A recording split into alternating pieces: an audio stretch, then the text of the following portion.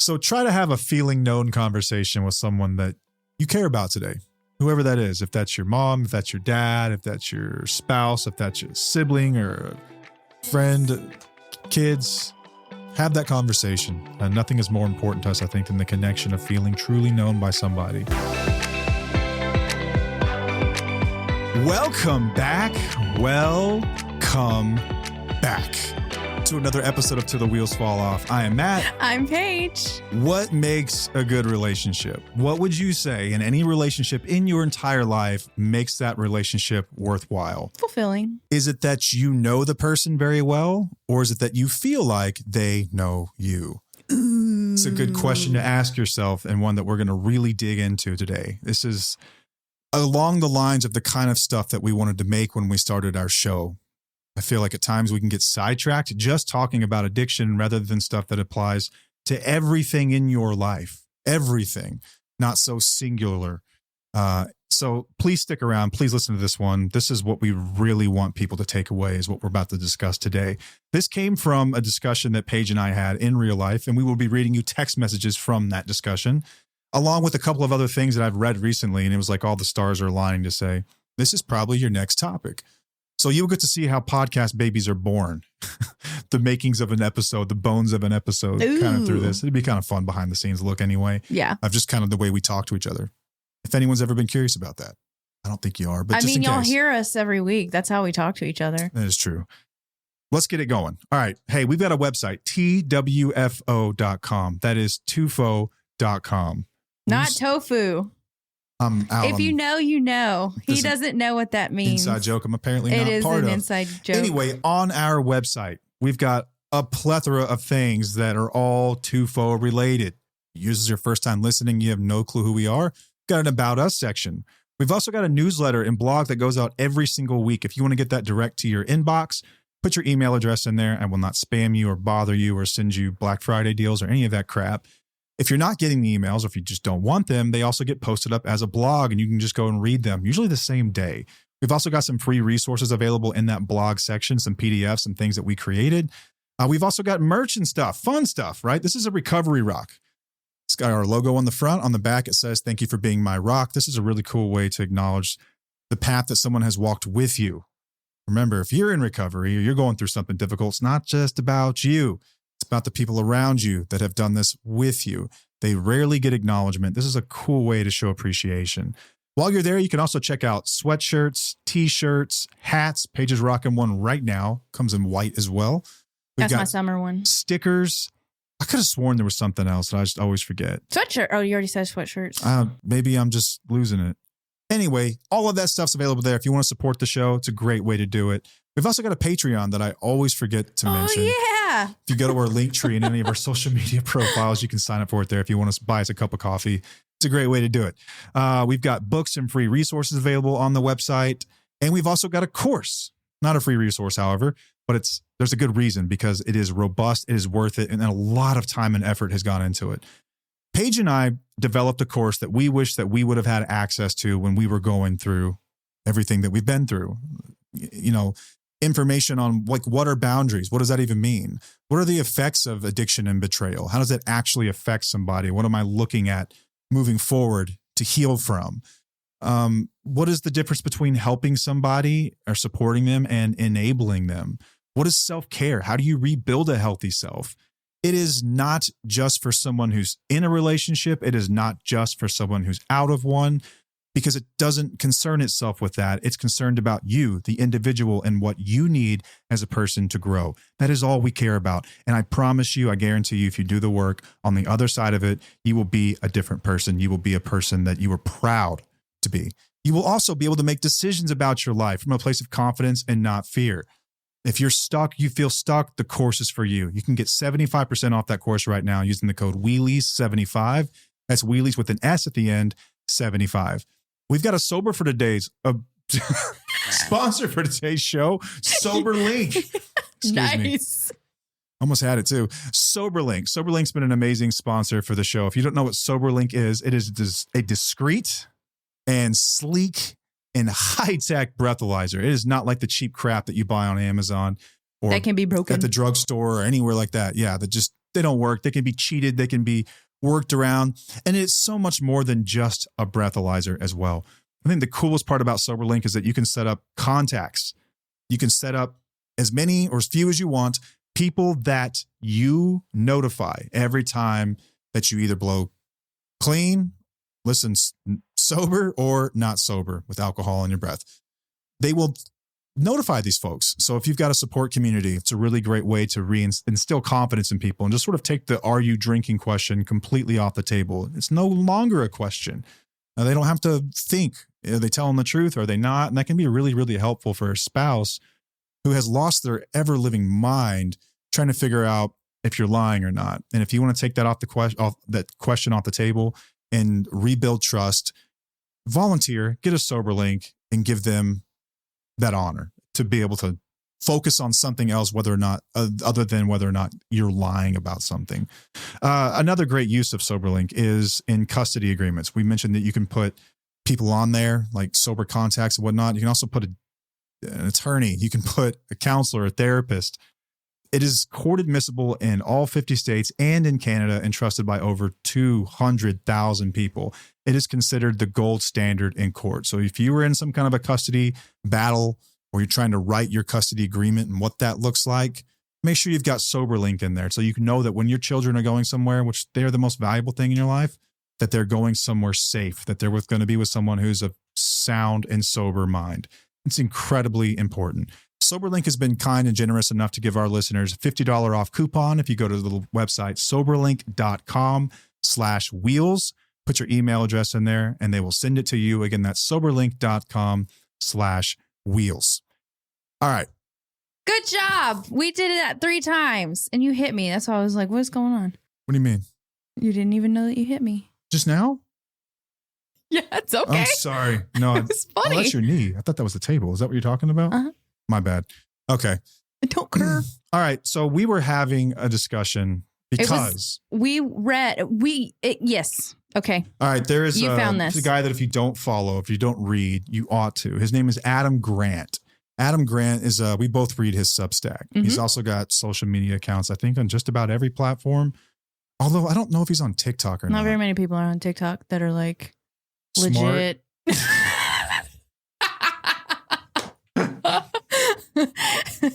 That was just funny. Say it. I know what you were thinking. I mean, really? Yeah. Okay. So he posted a study that was done by the Journal of Experimental Social Psychology. And here's what it says. 7 studies show that believing one is known by their partner, i.e. feeling known, predicts relationship satisfaction more than believing one knows their partner.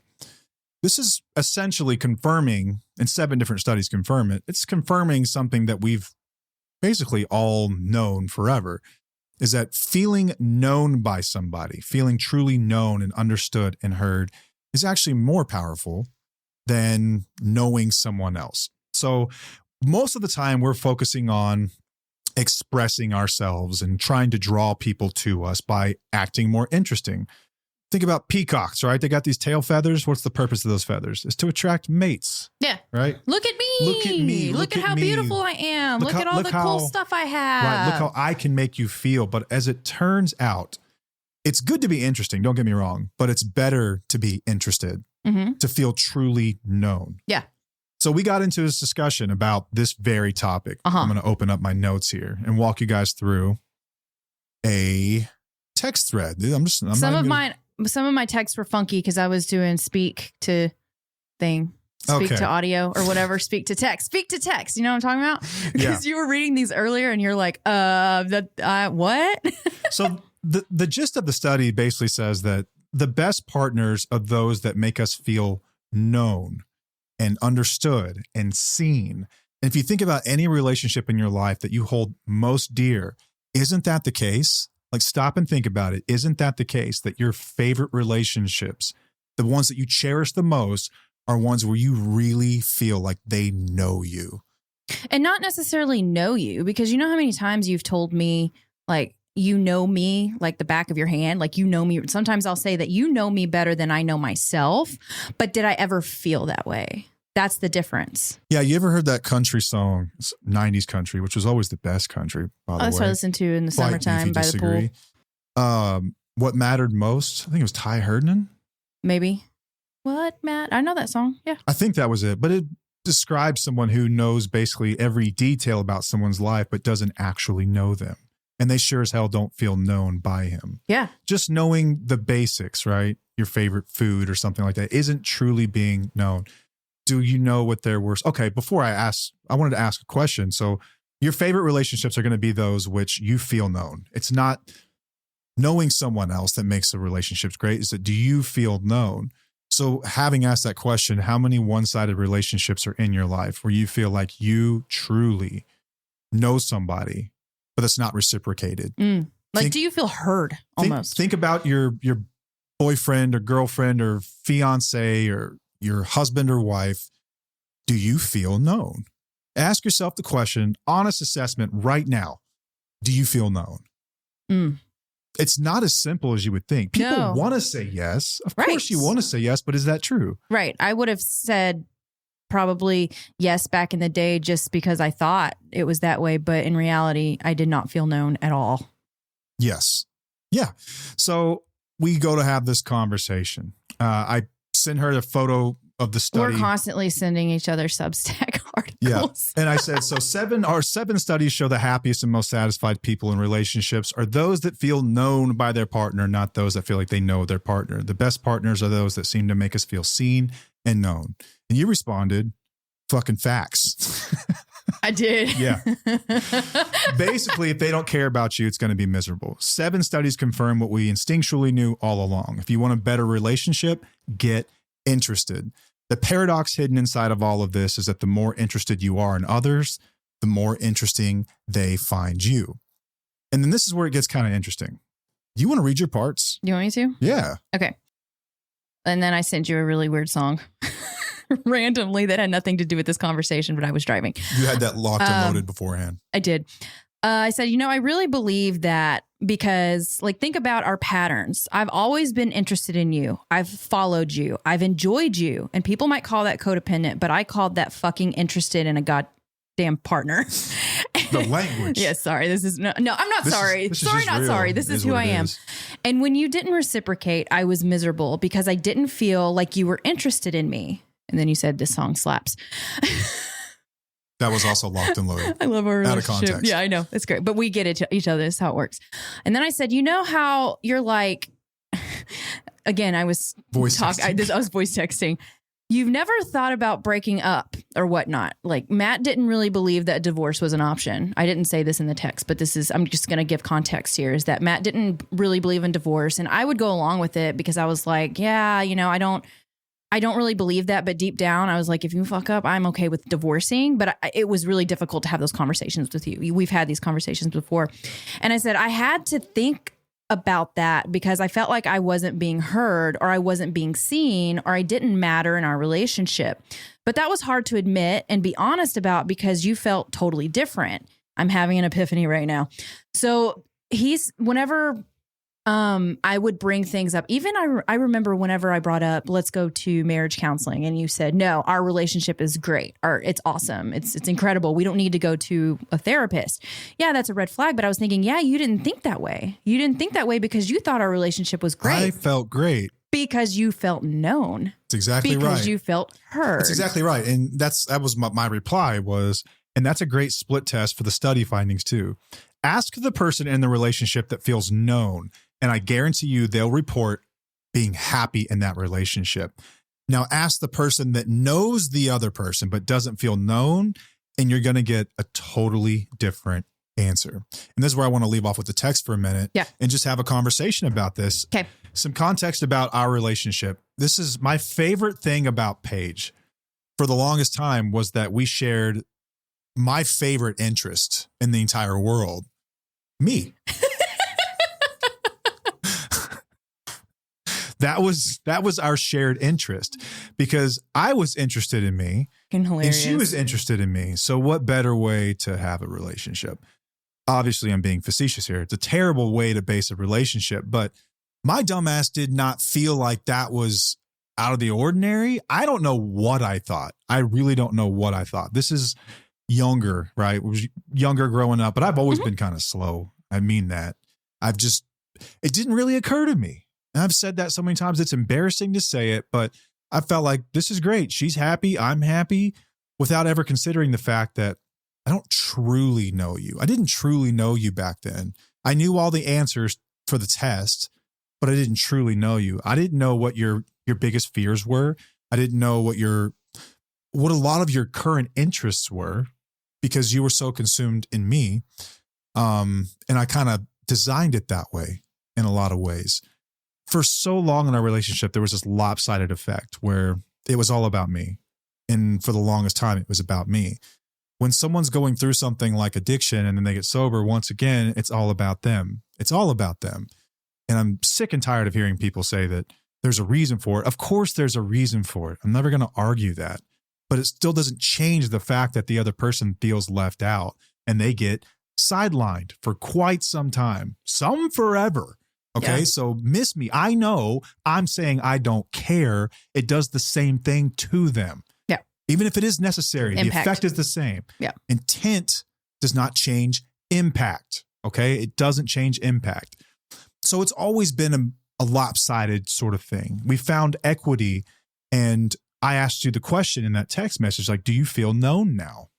I think that was yeah. You said, so the big question is, and be honest, do you feel known now? And I said, I'm getting there. I think it takes some time to rewire the brain to feel 100% heard when I spent many years feeling alone. I'm really embracing it, though, and know you care and listen. You're doing all the right things. It's just up to me to let my guard down, if that makes sense. And I said, I think that's probably exactly the way that repair looks, if I had to guess. There's just no switch that flips. And this is a question we get all the time. If there were a switch you could flip that made you trust someone again instantly, or made you fall back in love instantly, or made you feel safe again instantly, we would have figured out that shortcut long ago, and it would be one of the most widely known things in the entire world. It doesn't exist. It doesn't exist. The road to safety is long and arduous, and it is not linear. It is back and forth. And it depends on certain situations too within your relationship, certain dynamics. Like there are some things that I trust you 100% in, and there are some things that I'm still like, still in the back of my mind. Like, I don't know if I 100% trust you in that area. There's no switch that flips. So over time, you could say that you feel known now, but it's still kind of weird for you at times. So I know that you know me very well. I think it's more, do you hear me? And are you interested in me? It's the little things. It kind of goes back to the Boyz II Men concert, right? We've talked about the Boyz II Men concert a couple of times on here. If y'all don't know what the Boyz II Men concert is, if you're new, years and years ago, Paige had asked me to take her to a Boyz II Men concert. She grew up loving Boyz II Men. This was in sobriety, by the way. I despised Boyz II Men. Yeah, this was years couple after. Years in. Yeah. I despised Boyz II Men. Didn't even despise them, just didn't know anything about them. I had no interest in going to the show. And without even as much as a thought, I told her I have no interest in going to that show.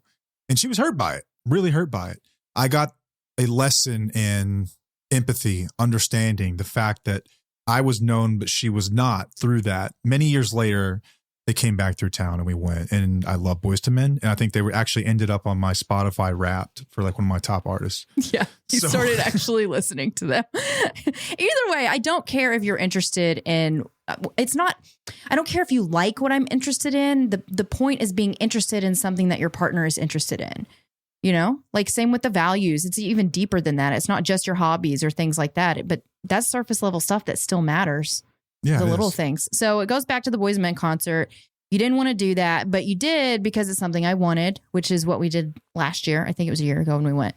I've always been interested in you, always just wanted to understand you and grow with you and live with you and do the things with you. I didn't feel the same. So it's kind of a weird adjustment transitional phase. Yep. This is just one of those things that we're having to grow through, even so far in recovery and sobriety. Like this wasn't one of those things that we really picked up on early on. It took, you're almost 12 years sober. Yeah. And it's been a few years of dealing with this specific thing. Yeah. It takes time to rebuild this kind of stuff, man. And I acknowledge it. I go on to say, basically, like, I get it, but what does it actually mean to feel known? So do you feel supported? Do you feel alone? Do you feel like your interests are shared, even if they aren't exactly my interests? Who are your favorite artists? What are your favorite songs? What are the thoughts that race through your mind? What are your needs? And am I even aware of them? What are your current interests and fears? These kinds of things, I felt like one time I could probably assume what they were, but it would have been surface level, never really known because I never spent long enough to truly ask you. And I see a ton of couples that go through this, so many couples that go through this, where you kind of live compartmentalized lives and you don't focus too much about each other. And it's wild. Like we fall in love because we think that we found our person. This is our partner. This is the person that I am interested in. But most time it's because we feel interested we feel interesting when we're around them. But often that's not shared. It's just usually one person doing this. The other person just kind of sits idle and goes along with it, hoping that one day it's going to be returned. It's going to be reciprocated. Without some kind of event that brings things to a head, it probably won't. Ours was addiction, but I've always said addiction was just the conduit for us that got us to a stage of growth. That was it. I wish there was a better way we could have gone about it, like most people, but that's what got us there. Is what it is. Yeah. And then at some point you'd said like, it'd be great to record this conversation, which is what we're doing right now. Read that one though, near the end where you talk about, at this point, I'm just more or less. Okay. I do have to find that I have a hard time finding what I'm interested in because I've always been focused on what you're interested in.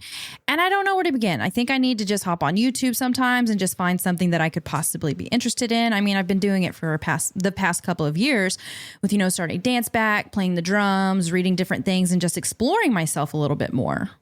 Yeah, it takes a little while to kind of figure out what you're really into as well, because for the longest time, it was all about either little kids or it was about that's me. True. It was about something else. I think a lot of people go through this, a lot of women particularly. I do too. Especially with younger kids, you kind of lose your sense of identity. Yeah, we have an identity shift with all different milestones within our lives. And so I don't want to say that I completely lost myself just because of you and not being interested in me. And I was always interested in you. I mean, we had kids. And if you're a mom or a parent of little kids, especially under 5, that's your life. Like it's really hard to still be interested in things. So you kind of have to reinvent yourself. Yeah, you really do, man. And it's tough. And if you've lived in a relationship that's like sort of this one-sided thing, it can be really hard to allow yourself to be vulnerable because it puts you in a position where you could get rejected. You could get turned down if someone doesn't reciprocate interest of any kind. It's almost confirmation that this relationship is effed and it's on its way out. It's dying, if you will. It's on its last few breaths. If there's no shared interest, then what the hell are we together for? Yeah. Or not just shared interest, just like be interested in your partner's interests. Like just talk about it. Be open. Be willing to like take them somewhere that you don't really want to go to. Listen to them talk about what is important to them. Can we talk about like the deep stuff and what's really important of what you want to know about? Like we're talking about surface level stuff. Like values, really discuss your values with one another and see if your partner actually hears you. Do they really care about what you feel? Typically, if somebody's in active addiction, they're not going to hear you when you're talking about your values or your fears or what you're going through. But they may say, but you might know them in a way. You might know them a little bit. You'll probably know them. You'll know them because you're trying to save your relationship. You're trying to be a part of this relationship. Like you're desperately trying to connect in an effort to get them closer. Exactly. Right. And then they just keep running. Yeah. And it's just this game of perpetual keep up. Yeah. Keep up. As we keep running down this road, it's just going nowhere. You chasing me. And that's kind of what it looked like. I don't want to get into dismissive avoidance and no, we're not doing that. Anxious attachment and all that crap. Nope. Not doing it. Got some strong opinions about that stuff that we'll discuss at another time. Maybe. But either way, I remember having this moment of Sonder. If you're not familiar with the concept of Sonder or what Sonder is, you've experienced it more than likely many times throughout your life. Maybe some people, many times every day.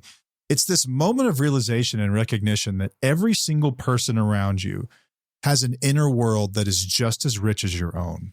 That to them, they are the main character in this movie called life. Everything is being filmed through their eyes. And even for even if it's your most intimate partner or through your children or your best friends, we are just supporting role actors in their movie. I remember having this intense moment of Sonder, and it was with you, thinking for a moment like, holy shit, I have been selfish for so long. And I've never given too much thought at all about what your mind must be like and everything that you experience every day.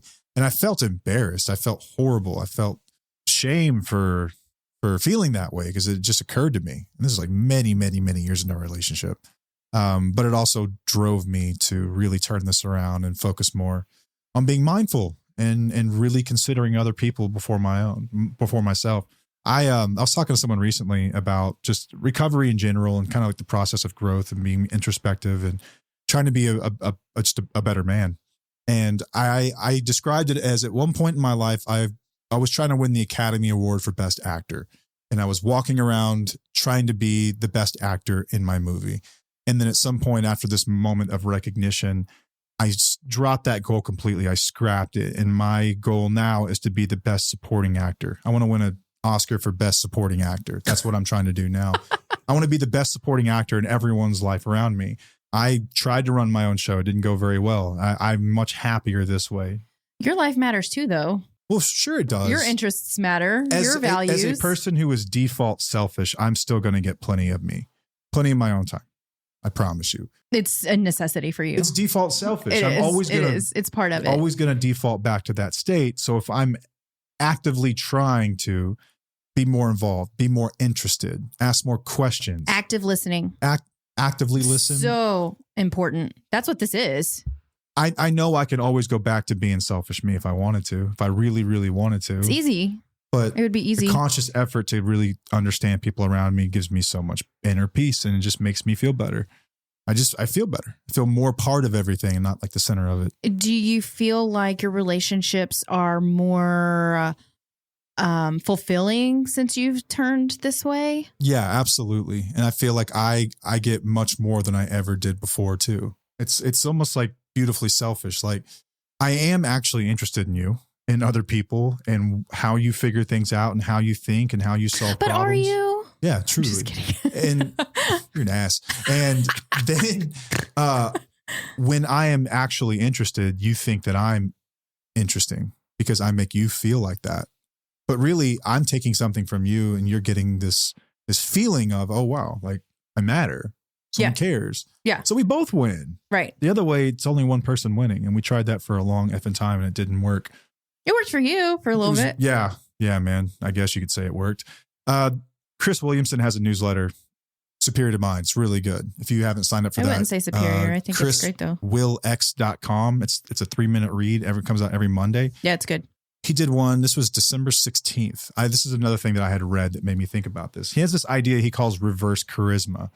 We all think that we want to be charismatic. We want to show up and make people think that we're amazing and interesting. We've all heard that, Riz. That's what the kids are saying these days. Riz. He's got Riz. That you just got this it factor that attracts people to you. Mm-hmm. It has nothing to do with your ego or how stylish you are or anything else. As it turns out, it's about how interesting you make other people feel about themselves. Yeah. So he says that Jenny Jerome, who was Winston Churchill's mother, once dined with both Prime Minister Benjamin Disraeli and his rival William Gladstone on consecutive nights. When asked about her impressions of the two men, she said, "When I left the dining room after sitting next to Gladstone, I thought he was the cleverest man in England. But when I sat next to Disraeli, I left feeling that I was the cleverest woman." That's exactly what we're getting at here. Mm-hmm. The study that Adam Grant posted supports this, and the 6 others that deal with it support this. But it's this idea that to really be connected in a relationship isn't about trying to be attractive in any sort of way. It's about trying to be interested. And then the paradox is that whenever we act more interested and when we are more interested in other people, they feel closer to us as well. Yeah. So if you want the ultimate relationship, get interested in each other. Simply that. Get interested. Mm-hmm. Ask questions. Mm-hmm. What's going on? What Deep are you into questions right now? Too, and actually listen. And it doesn't have to be about you unless they ask the questions back, Yeah, when in that study, there was this cool takeaway. The study was done by Juliana Schroeder and Ayelet Fishback.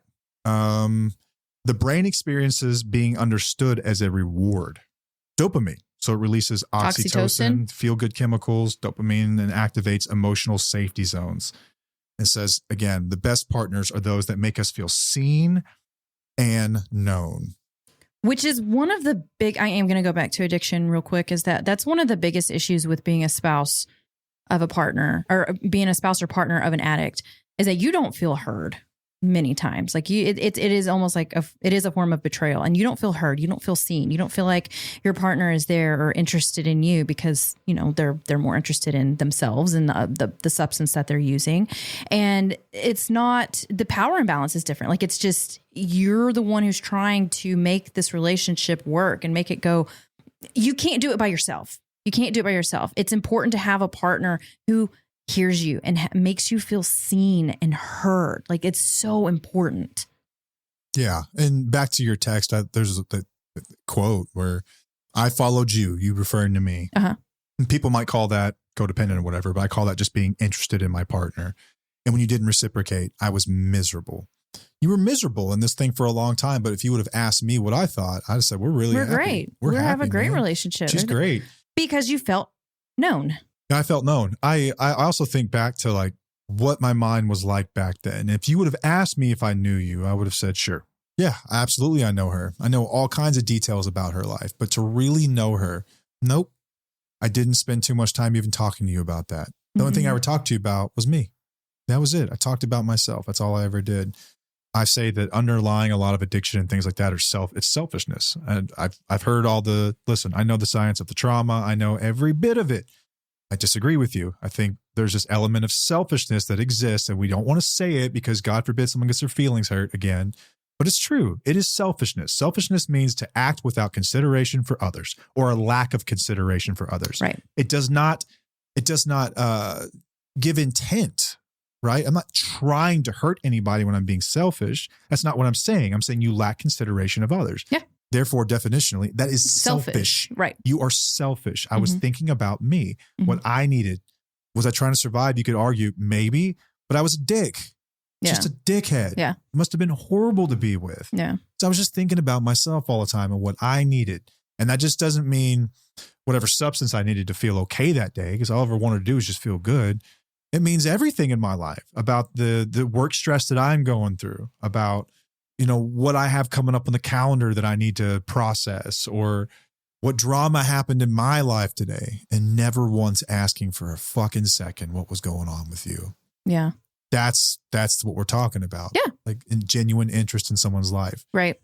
Okay. I know that you still, and you talked about it here, like you still wonder if I'm actually interested or if it's just a show. Yeah. Walk me through that. What do you mean? I talked about that. Well, sometimes you wonder, like, are you just doing this? Like, are you playing tricks or? Okay. Yeah. Like, I mean, it's been a couple of years that I've had that thought, like, oh, is this really who you are?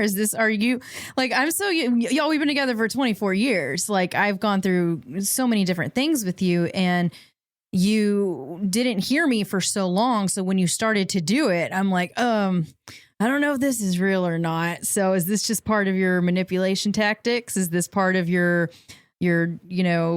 active assholeness, like those behaviors that people have? Yeah. But you consistently did it. Your behavior has changed for at least 2 years to where my body and my mind feel safe and can trust you in that area. I promise you, I'm nowhere close to being that smart, first of all. And I'm also not a good actor. Well, it's not about being smart. I don't think that people understand. Well, that's a whole other episode about being intentionally manipulative in a way. Like, there's a way we'll go through the gray area of that. But I don't think that, I think you're pretty smart. It could have been something that you just was in you. I think it might have been something that was in you. Like, what if you were doing it because that's just all you know? That's who you are. Maybe it is a show. But you told me that what? Thinking way too hard. I know. That deep. It's not that deep. I know. It's not, right? No. But is it? No. Oh my God. I watch too much ID channel, man. I don't watch that as much. Oh my God. Yeah, it's really easy, I think, in relationships to fall into routines where you feel like you know somebody and you don't actually know them. And my guess is, if you were sent this episode, you probably don't know them as well as you think you do.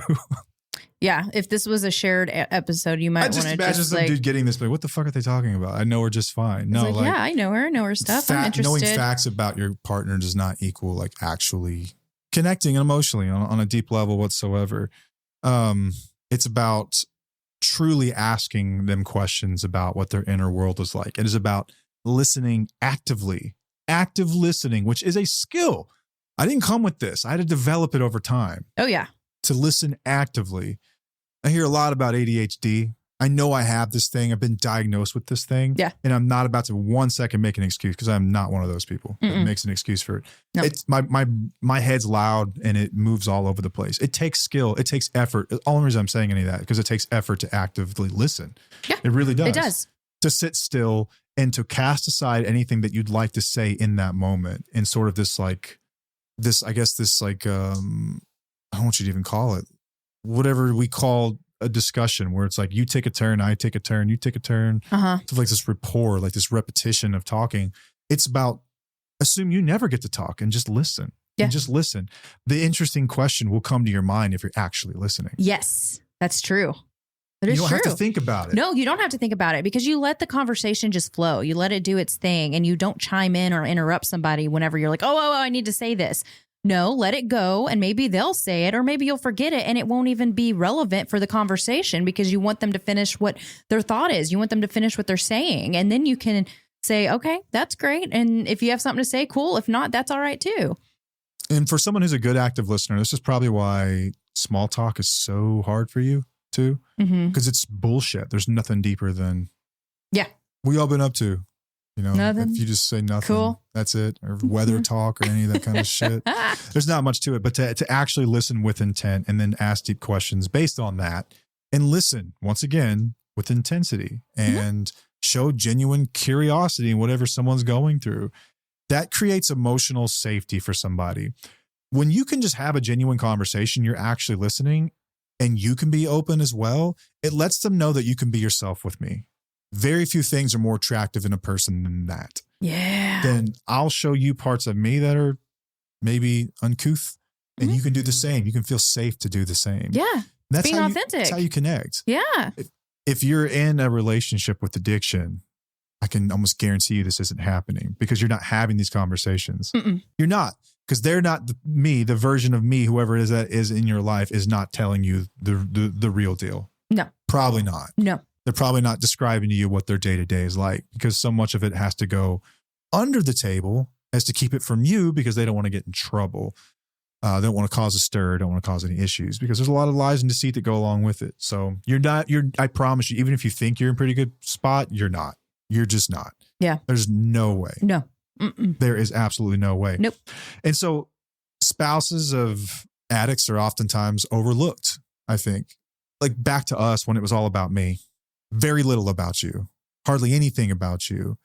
Or if ours is kind of a hidden addiction, but if someone knows about the addiction, all they do is they spend time looking around for the bottles.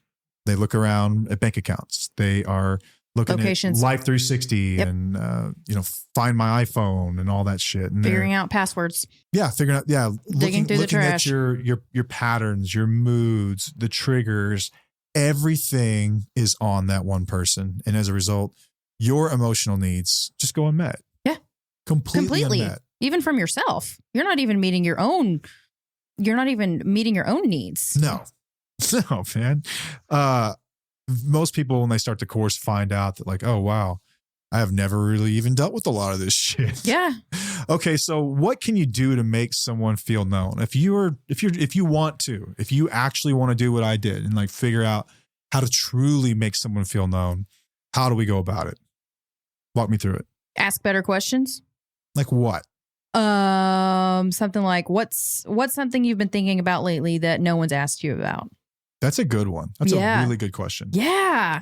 Do you want to answer that? Right now? No. Okay. I'll talk about it after the show. Okay. We'll have this discussion off air. But for you, actually, I could probably say with that question, no, not so much. You know everything. How have your dreams or goals changed recently? You can even ask about your values or what have you been doing lately? How are you feeling? Like, how do you feel about what I said the other day? Or what did you have any deep conversations with your friends? Just get interested in them and what they're feeling and how, they're processing things. Yeah, that's a good one too. Certain times in your life, it's difficult. It's more difficult or less difficult to process things. Mm-hmm. And it reveals a lot about your emotional state. Yeah. When you're going through stuff, there's blocks that are put up. Like if you're depressed, the inability to really process through an emotion, to do anything with it other than just break down over it. Yeah. It reveals a lot about someone. Ask these kinds of questions. Yep. Talked about staying present and listening actively. I tried my best to listen like I'm never going to talk again. Just listening to that person. Yeah. And then naturally, you will have a question that is so compelling because you're interested in it, not because you think they would want to answer it, that you ask it. Yep.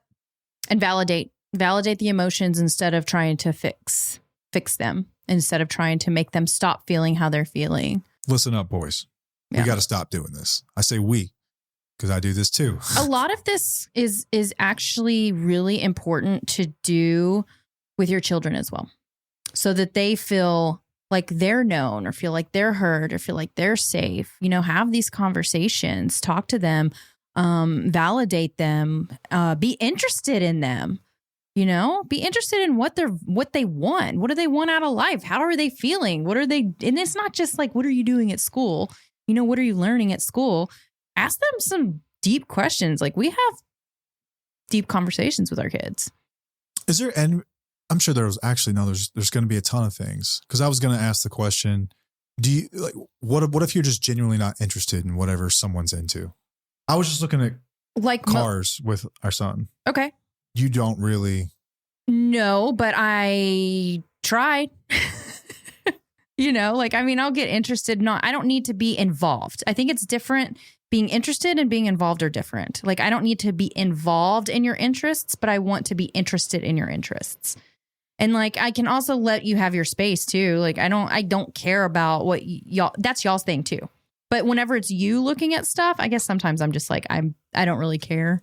I care, but I don't, because I've been interested in all of your stuff for so long. I guess I'm thinking about you with dance.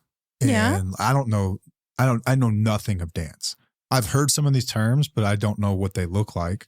I don't expect you to. For real, I don't. Like I really sometimes don't. When you guys come home and I'm asking questions as I'm interested, it gets over my head so far so quickly that suddenly I don't even know what I'm listening to anymore. Yeah. Does that make sense? Yeah, but at least you kind of fake it till you make it in a way. Like I'm just interested. I just want to know. I want to know enough to understand, but then I can also infer from the way that you talk about it how much it's really interesting to you. And it makes me more interested to want to know more about it. Right. You went to a competition a few weeks back. And so I sat there and I watched so many kids dance on TV. It was on YouTube. Yeah. Streamed. I wasn't here. This is when we were not. You didn't go to her. You didn't go to it. I watched so many of them. Yeah. Because our daughter does it. You do it. It's obviously something that's very important to you guys. So I'm going to sit here and have some opinions about this. I don't know what I'm looking at, but I'm going to watch it for sure. Okay. I think I can kind of tell what's good and what's bad now, but I'm interested in you.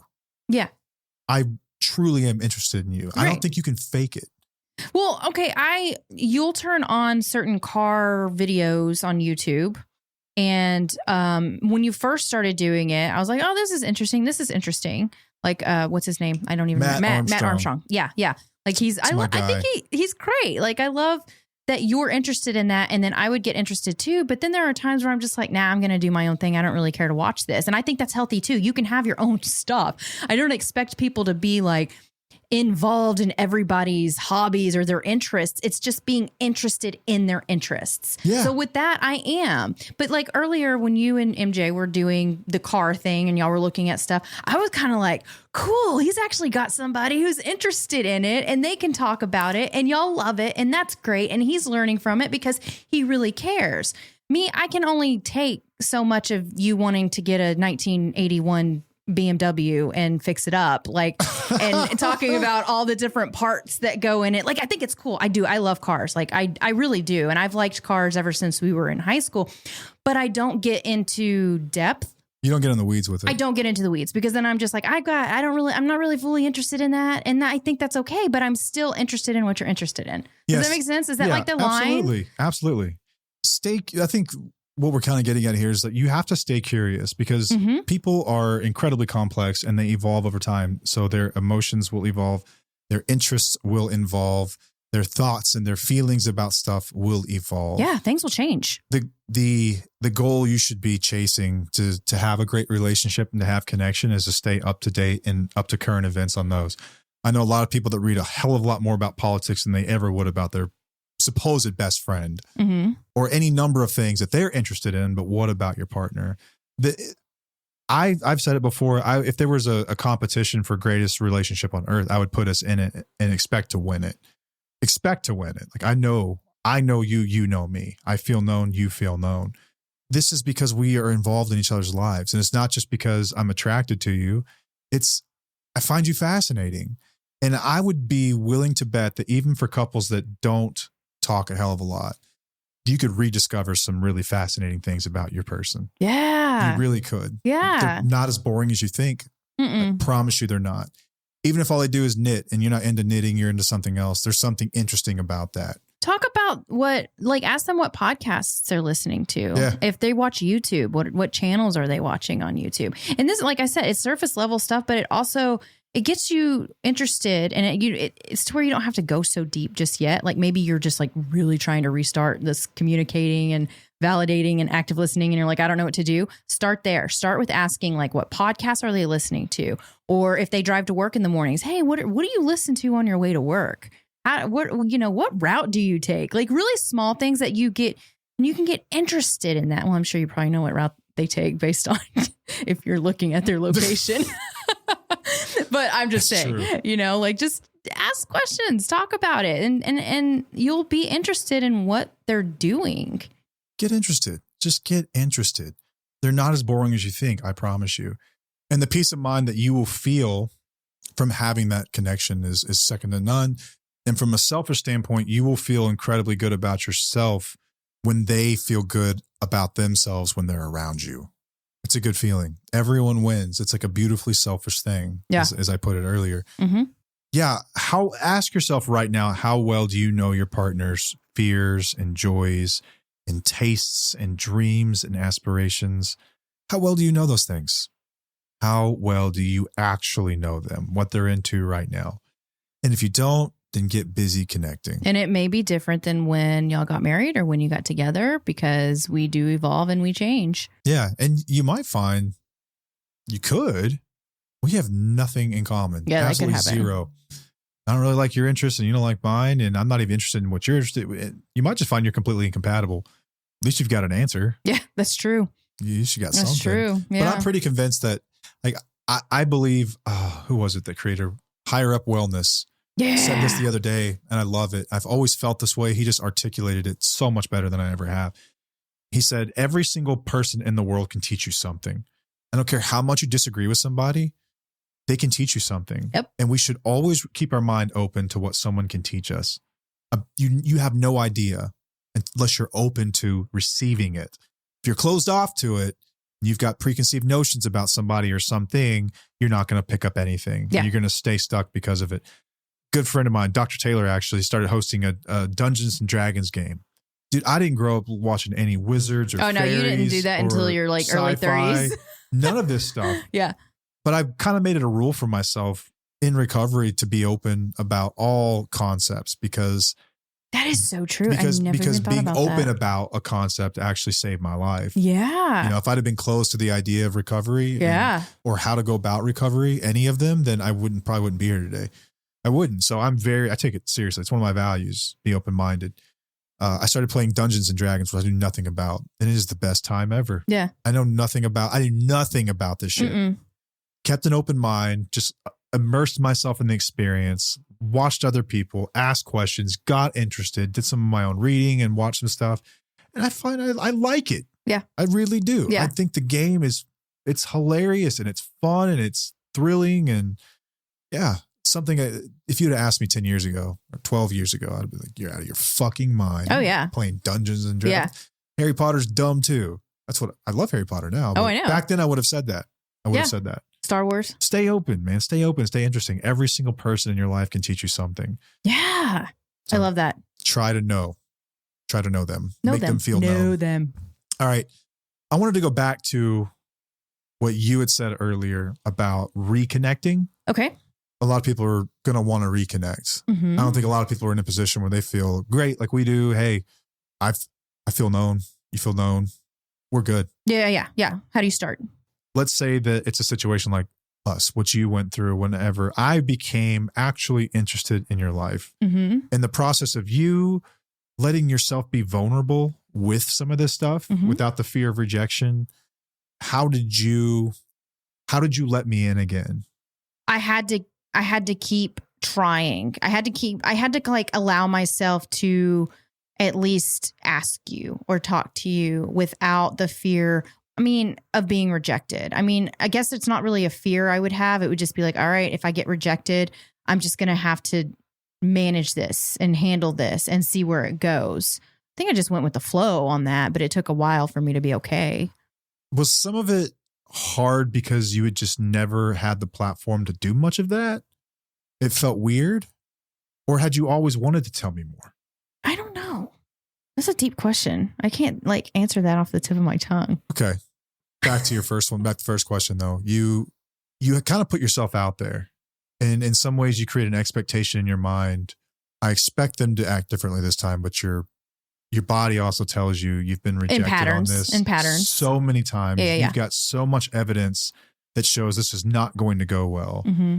At some point, did you just take a leap of faith, or was it a process of me reaching out that let you know it was okay first? Oh, well, I like how you worded that. And it's more of the process of you reaching out, because you would ask me or you would validate me on something or ask me if I was interested in something. That's kind of how I felt it went, but I wanted to check with you, check your experience too. See, no, you know better than I do. So if you're a guy, this is how it works. I've just confirmed it is we weren't consciously doing this. I was just genuinely trying to connect with my wife. Yeah. I would reach out about things and talk to her, and you would get some really short answers. And I think I know why now. Part of it was scared too. Mm-hmm. Two was probably, is he fucking with me right now? Mm-hmm. Is this a show? What does he want? Does he want sex? Does he want to buy a car? Or what does he want from me? Why is he asking me about my life? Yeah. Yeah. I just kept doing it because I was actually interested and I wanted to actually connect with her. And then what I would do is, if you would give me anything, if you would give me an inch, I would take a mile. So someone that you listen to, I would go listen to it, or something that I saw you browsing, I would order something for you. Yep. It was a way that, and it wasn't doing it so I could earn points. I didn't get anything for this. I just wanted to know you better. I wanted to know my best friend again. Yeah. And it was just truly making an effort to let you know that you matter to me. Right. So I think that it was like we've said before, you had more of the responsibility of rebuilding that back up than I did, because I didn't know where to start. I wouldn't know what to say, because patterns created beforehand would make me afraid to say anything to you. Yeah. So then you actually bringing it up first kind of gave me the okay of oh, well, okay, maybe he is serious about this. Maybe I can let my guard down a little bit. Each time I would let my guard down more and more. Yeah. And after it was consistently making the effort over a quite some time. Yeah. If I had to guess, this has probably played out over years. Yes. A lot of other things, but obviously you do get wins along the way as you reconnect. But where we're at right now has been the process. It's years in the making, trying to reconnect and trying to really understand you. I do the same thing with the kids too. I'm into stuff they're in. I would say I don't know, I'm bad about getting caught with impulse buys on the internet. I'd say probably once a month at least, something shows up here that is for you or for one of the kids that has nothing to do with me. Yeah. It's something I thought you would like because this is something you're interested in. Yeah. But I know that because I care. And that's kind of newish, because we've talked about this before. I used to do this with you all the time. I would get you random things that I saw online, or I loved getting you cards. I liked, if I saw something, maybe he would like this. I stopped doing that after a while because it wasn't reciprocated. And it's not like I'm transactional. It was just at a point. It's I guess we don't care about this. It was maybe it's not that big of a deal since he doesn't really care about it. Maybe I shouldn't care about it. So I'm just going to kind of stop doing it because it's not that big. And now the tables have turned since I've stopped doing that. You started really doing it, and you've started showing me that I'm thinking about you, like, oh, I thought about you, so I'm getting you this. And that was new. Like, you would do that occasionally when we were younger, obviously. Like, you would bring me flowers. Usually it was because he fucked up. But, but now it's like the other day you found a romper online or a jumper. Yeah. You saw a jumper online and you're like, I don't know why I'm seeing this, but I think I want to get this for you. And I was like, wait, what? It's like, it's still kind of weird, but it's sweet. It's awesome. I love that you do that, but I'm still just like, huh? Yeah. You can fake it in short periods of short bursts, but long, consistent efforts only come from a real place, authentic. You actually want this for the right reasons for it to happen. So for a while, if you're trying to rebuild this and you're reaching out and you're trying to connect over and over and over, don't get frustrated if they don't give you what you want right away, which is safety, or letting them letting you know that they feel safe or heard or validated. Just keep going for the right reasons and keep trying to connect. And it could take a long time, but it's no reason to give up. Don't be a bitch about it. Just keep going. Just keep going. If you're doing it for the right reasons, it just should come natural to you at some point. Some people get really hurt in reverse too, if they're reaching out, trying over and over and over. Yeah. And they're not getting this like, oh, I recognize you. I see that you're trying. They get hurt by that and just quit. Like, can't win, don't try. I'm just going to give up. Well, how was our experience with that? I think there were many times where you were sort of dismissive about the whole thing or seemed weird about it, but I don't care. That's what I said. Don't be a little bitch about it. Just keep going. Just keep doing it. How much do you care? I mean, I'm appreciative of these things. If you actually care, if you're doing it for the right reasons, then it won't matter. It doesn't matter how they respond. Right. My goal is at the end of the day, like, I want you to feel loved because you're amazing. And I want you to know that. And time and attention are probably the most valuable assets in the entire world. And if you give someone your time and attention, that means more than anything else. Mm-hmm. In order to know anything about you, I have to give you those two things, my time and attention, which you don't get a lot of any other time, like addiction or any of this shit. So it's really important. But that is interesting. Kind of back to the point of this little tangent we went on, is that if you're trying to reconnect, there's going to be a period of time where it feels kind of forced and it's going to feel weird, and they're going to pull back, like Paige pulled back because she wasn't really sure where this was coming from. And do I let him do this kind of stuff? Because do I reciprocate it? Because I've tried that before and it didn't feel good and it hurt really bad. And there's going to be a lot of weird feelings about it and strange emotions. Just be persistent. I've said before, like, time heals. Time and consistency heals pretty much everyone in the world. Well, be consistent over a long period of time. Yeah. Be consistent over a very long period of time. Yeah. Show genuine interest and they will feel known and they will feel safe. And when someone truly feels that way, like, everything changes. Like, the energy in the room changes. Like, the conversations you have change. Conversations that used to be off limits. Like, there's no more ego involved if you want to say that I could do better somewhere, or vice versa, because you know that you're known and loved and truly understood. I'm not just trying to mold you into like this thing that I want. Yeah. You know? Yeah. It's a rare thing. And I hate that it's rare. I wish more people put a little more effort into it. Yeah. In addiction, I guess it's almost a given that people are going to more or less suck about this. Oh yeah, for sure. It is what it is. Yep. So we've got some takeaway questions. Ask yourself these questions. To reflections. Do you feel known by the person that is closest to you? Do you feel known by them? Are you making space for your partner to feel known? How often do you truly listen without trying to solve a problem? Those are 3 really, really good questions to ask yourself. Oh, yeah. And again, like, the paradox of all of this is that whenever we instinctively reach out to other people and ask genuine questions about their lives and get interested in them, they feel known. And the paradox of all that is that they think that we are interesting in return, when I'm doing nothing more than just trying to be interested in you. Mm-hmm. It's about you, but you will feel safe and you'll feel comfortable and you'll feel like, oh, this person like hears me. They know me. They actually care, just because they're listening to you and asking you questions. So try to have a feeling known conversation with someone that you care about today, whoever that is. If that's your mom, if that's your dad, if that's your spouse, if that's your sibling or friends, kids, have that conversation. Nothing is more important to us, I think, than the connection of feeling truly known by somebody. there's not much else in the world I think that can actually feel better than that. So hope you get that. Hope you have those kinds of conversations. We got anything else? No, that's it. Okay. Well, thank you for joining us. Until next time, I am Matt. I'm Paige. And we'll see you. Bye.